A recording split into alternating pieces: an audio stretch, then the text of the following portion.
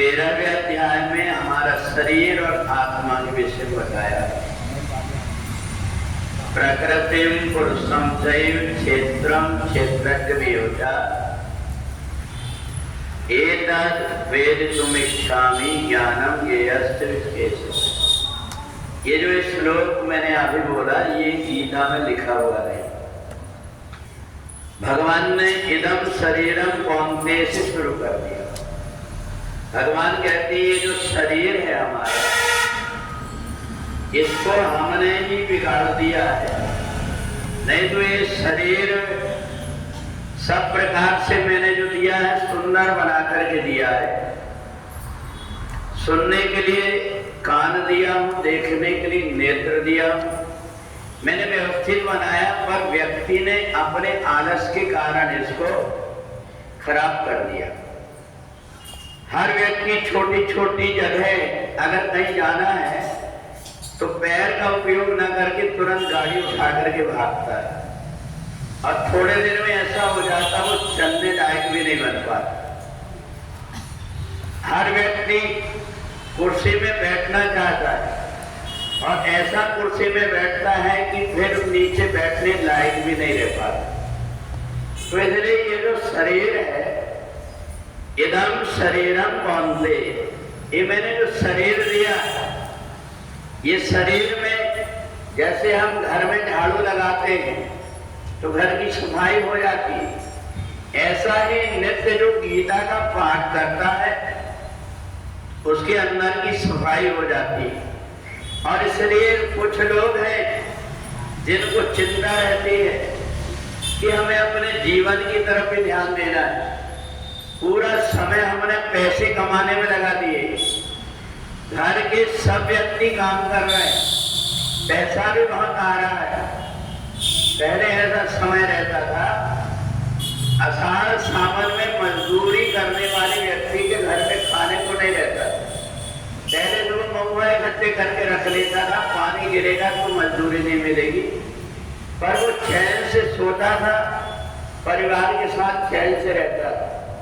आज पैसा सबके पास में है, धन संपत्ति सब कमा रहे हैं, पर कोई किसी से बात करने को तैयार नहीं। हर व्यक्ति अपना अपना मोबाइल लेकर के बैठा है। अब जो घर के बुजुर्ग हैं उनको ये लग रहा है कि थोड़े समय में और कैसा समय आएगा कि परिवार में वृद्धावस्था में सहारा की आवश्यकता रहता, सहारा कौन दे। हम अपना सब कुछ जितनी कमाई है वो सब लगा करके अपने बेटा बेटियों को बढ़िया लायक बना देते, पर जब वो बेटा लायक बन जाते तो माँ बाप को नालायक समझ लेते। पहले 2, 3, 4 बेटा बेटी रहते थे, कोई व्यवसाय करने लगा, कोई नौकरी करने लगा तो अच्छा लगेगा। एक बेटा और एक ही बेटा, 2 बेटा विदेश में जाकर के काम करने लगे तो उन माता पिता को जाकर के देखो जिनके पास सब कुछ है पर उनका जीवन नरक हो गया। भगवान ने यही बताया कि तुम संसार की तरफ भाग रहे सुख के पीछे, परंतु ये बताओ तुमको सुख मिल रहा है क्या?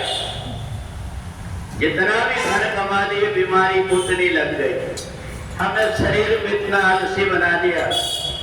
अब हम दोष देते हैं दूसरे को, करनी करे फिर क्यों डरे, कर करनी पछताए, बोए पेड़ बबूर का आम कहां से पाए।